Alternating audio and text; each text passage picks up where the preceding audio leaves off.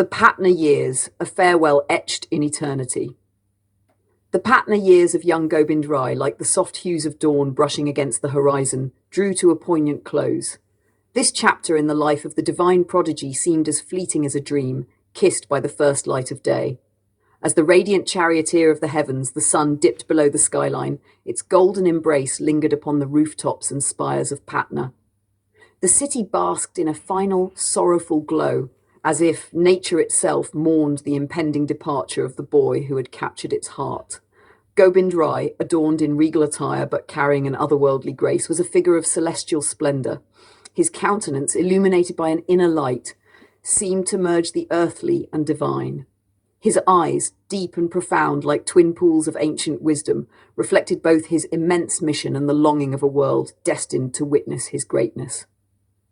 Patna, a city that had cradled him with maternal affection, now stood on the threshold of heartbreak.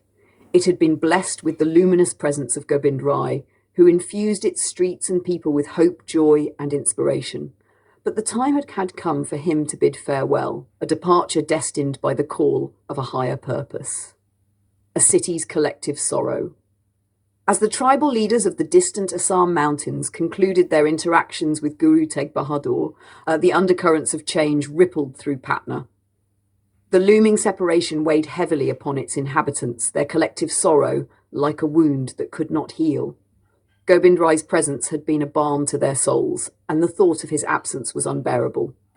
The people of Patna, their hearts laden with melancholy, pleaded with Gobind Rai not to leave. Their voices, filled with a raw emotion of unspoken love and reverence, resonated like a symphony of longing. Among those most stricken by grief was Rani Maini. Her maternal instincts had embraced Gobind Rai as one of her own, and now the thought of losing him left her inconsolable. Gobind Rai, wise and compassionate beyond his years, understood the depth of their sorrow. With a heart full of empathy, he sought to comfort them. To Rani Maini, whose tears flowed freely, he offered a token of his presence, his kurta. Handing it to her with a gentle smile, he said, "Mother, when the ache of my absence becomes too heavy to bear, hold this kurta close to your heart. Within its folds you shall find me." This simple yet profound gesture left Rani Maini speechless, her grief momentarily replaced by awe at the boy's extraordinary grace. Turning to his young Sna and the neighbours who had gathered to bid him farewell, Gobind Rai addressed them with a voice imbued with divine assurance. His words were like a soothing balm, a bridge between their sorrow and hope. "Friends," he said, his gaze encompassing them all, "if ever you long to see me, seek me amongst my Sena, the companions who stand beside me, and the children who play with innocence. There you shall find me, an eternal presence woven into the fabric of your lives." A promise to his young Sena. To his young companions, who looked up to him with tearful eyes, Gobind Rai offered words of guidance and comfort. "Remain pure of heart," he instructed, his voice steady and resolute, "for in that purity you shall find my eternal dwelling. These streets, where we laughed and played, shall forever resonate with my footsteps. I am woven into their essence." The gathering, overwhelmed by a mix of sorrow and reverence, could only respond with sobs and whispers. Gobind Rai's tender smile, radiant and reassuring, illuminated the somber mood. It was a smile that spoke of hope, resilience, and an unbroken bond that transcended physical distance. As the moment of departure drew near, the air itself seemed to hold its breath. Gobind Rai, the young commander of hearts, mounted his steed, a creature of regal grace that seemed aware of the gravity of the occasion. His family caravan, a procession bound by threads of destiny, prepared to set forth on the journey to Anandpur. The caravan moved slowly through the streets of Patna, its progress accompanied by a reverential silence. The dust of their departure rose and settled like fading embers, marking the end of an era. The streets, once alive with Gobind Rai's resounding footsteps, now stood in quiet reverie, their echoes replaced by a sacred stillness. The people of Patna, like a forsaken lover gazing after a departing beloved, watched as the caravan receded into the distance. The hills that embraced the travellers became silhouettes against the twilight sky, a canvas painted with the soft hues of a fading day, a legacy of transformation. The Patna years, though brief, had been a symphony of transformation and growth. They had witnessed the blossoming of a child destined for greatness, a child whose actions and words carried the weight of divine purpose. From his playful yet profound interactions with his Sena to his acts of compassion and wisdom, Gobind Rai had left an indelible mark on the hearts of Patna's people.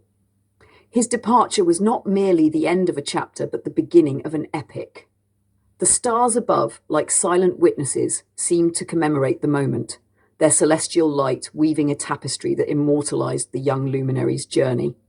Patna, now bereft of his physical presence, held on to the memories of his laughter, wisdom, and unyielding spirit. A prelude to greatness. The departure from Patna was but a prelude to the grand saga that awaited Gobind Rai in Anandpur. There, amidst the hills and forts, the boy would grow into the legendary Guru Gobind Singh Ji, a spiritual leader, warrior, and poet whose legacy would inspire generations. Yet, even as he journeyed towards his destiny, the spirit of Patna remained intertwined with his being. The city's streets, its people, and its love had become a part of him, just as he had become a part of them. The bond was eternal, unbroken by time or distance, an eternal presence. The story of Gobind Rai's Patna years is not merely a tale of a boy's departure, but a testament to the profound connections that transcend the physical realm. It is a reminder that true presence is not confined to the body, but resides in the hearts of those who love and remember.